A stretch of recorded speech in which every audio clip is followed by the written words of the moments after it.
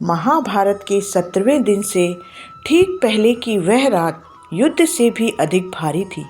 कुरुक्षेत्र शांत था, लेकिन उस शांति के भीतर भविष्य की गर्जना छिपी हुई थी।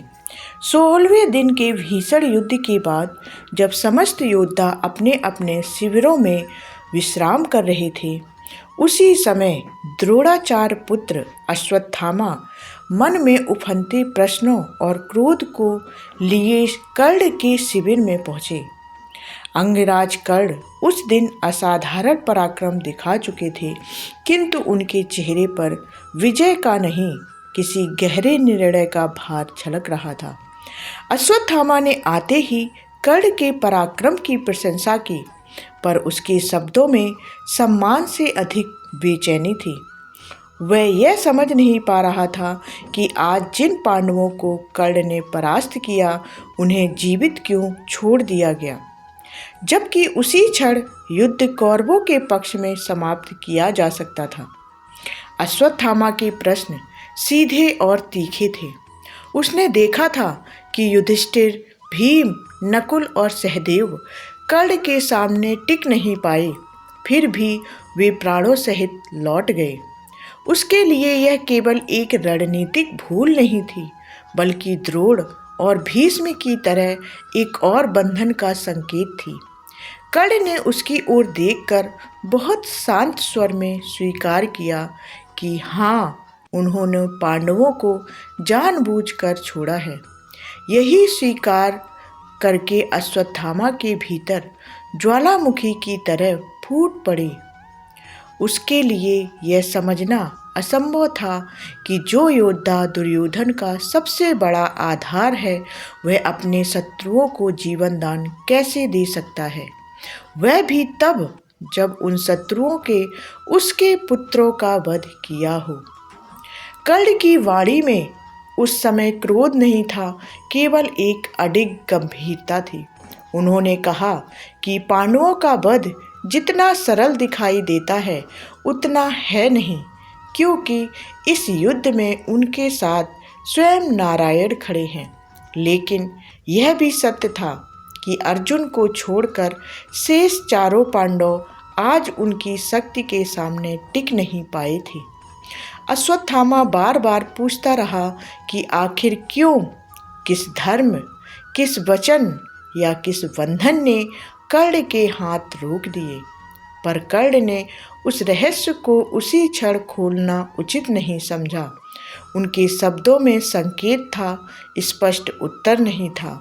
मानो वह स्वयं जानते हों कि समय बहुत कम है और कुछ सत्य केवल मृत्यु के निकट ही बोले जाते हैं। अश्वत्थामा ने इस निर्णय को दुर्योधन के साथ विश्वासघात की तरह देखा। उसने कर्ण से लगभग आरोप के स्वर में कहा कि यदि कौरव हारते हैं तो उसका कारण यही क्षण होगा। वह अपने पिता द्रोण की हत्या के शोक में था और उसके भीतर प्रतिशोध की आग धधक रही थी। उसने कर्ण को उनके मृत पुत्रों की याद दिलाई और पूछा कि क्या अपने पुत्रों के हत्यारों को छोड़ देना ही उनका धर्म है। यह सुनकर भी कर्ण विचलित नहीं हुए। उनके चेहरे पर पीड़ा थी, पर उस पीड़ा के भीतर एक ऐसा संतुलन था जो केवल वही समझ सकता है, जिसने जीवन भर अपमान, दान, वचन और भाग्य सब कुछ एक साथ जिया हो। अश्वत्थामा जाते जाते एक भयंकर संकेत छोड़ गया। उसने कहा कि आते समय उसने यमदूतों को कर्ण के शिविर की ओर आते देखा है और कर्ण का सूर्य या तो कर्ण के तेज से चमकेगा या उनकी मृत्यु का साक्षी बनेगा। यह कहकर वह चला गया, लेकिन उसके शब्द कर्ण के साथ रह गए। कर्ण देर तक मौन खड़े रहे, जैसे वे जानते हों कि यह उनका अंतिम संध्या काल है। उसी मौन में वह रहस्य भी छिपा था जिसे उन्होंने जीवित रहते नहीं कहा, कि उन्होंने पांडवों को इसलिए छोड़ा क्योंकि उन्हें दिए गए वचनों, कुंती के सत्य और अपने जन्म के रहस्य ने उनके अस्त्रों से अधिक उनके हाथ बांध दिए थे। वह जानते थे कि उनका अंत निकट है, पर वह अंत केवल पराजय नहीं बल्कि त्याग और धर्म की अंतिम परीक्षा होगी।